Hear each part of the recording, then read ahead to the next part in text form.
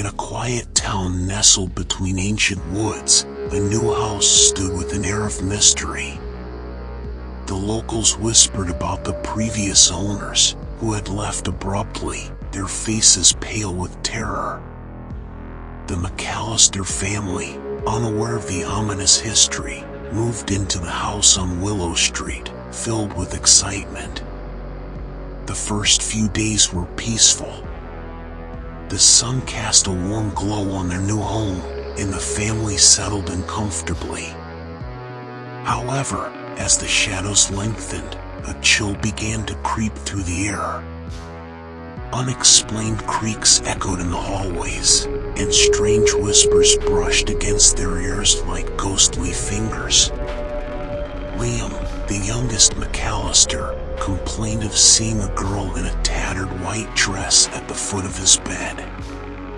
His parents brushed it off as a child's overactive imagination, but Liam's eyes held a genuine fear that sent shivers down their spines. As the nights deepened, the atmosphere grew heavier. Footsteps echoed through the house at odd hours, as if someone roamed the halls wearing shoes of ice. Whispers turned into unintelligible murmurs that filled the rooms. The family began to feel as though an unseen presence watched them, its eyes colder than the darkest night. One evening, Emily, the mother, was cooking dinner when she heard her name being called. Assuming it was her husband, she followed the voice to the basement. The dim light barely illuminated the stairs, and as Emily descended, the door slammed shut behind her. Panic rose within her as she fumbled for the doorknob, but an icy hand clamped over hers, sending a shock of terror through her veins. She turned to find the girl in the tattered dress, her eyes empty voids. "I'm lost," the girl whispered, her voice a chilling wind. Emily's heart pounded in her chest as she struggled to break free.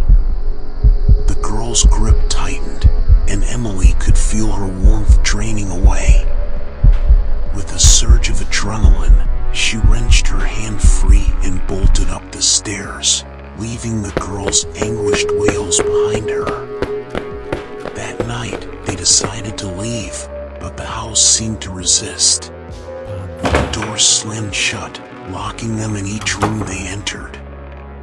The temperature plummeted, and their breaths formed frosty clouds in the air. Desperation grew as they fought against an unseen force that held them captive. In a final attempt to escape, they gathered in the living room, forming a circle and clasping hands. They spoke aloud, declaring their intent to leave and begging for release from whatever held them prisoner. The air grew heavy, and a low, mournful howl echoed through the house. Suddenly, the room plunged into darkness. When the lights flickered back on, they found themselves outside, their hands still clasped in a circle. The house loomed behind them, its windows like vacant eyes. The McAllisters stumbled away, not daring to look back until they reached the safety of the town.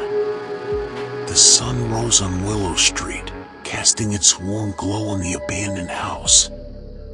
The whispers and footsteps had ceased, but the air still held a chill that would never thaw. The townspeople avoided the house, crossing the street to avoid its gaze. Years passed, and the house on Willow Street remained empty. The tale of the McAllister family's ordeal spread through hushed conversations, a bone-chilling warning to anyone who dared to consider moving in. And as the sun set each evening, casting long shadows across its walls, the house seemed to sigh with a cold, haunting breath, forever echoing the secrets it held within.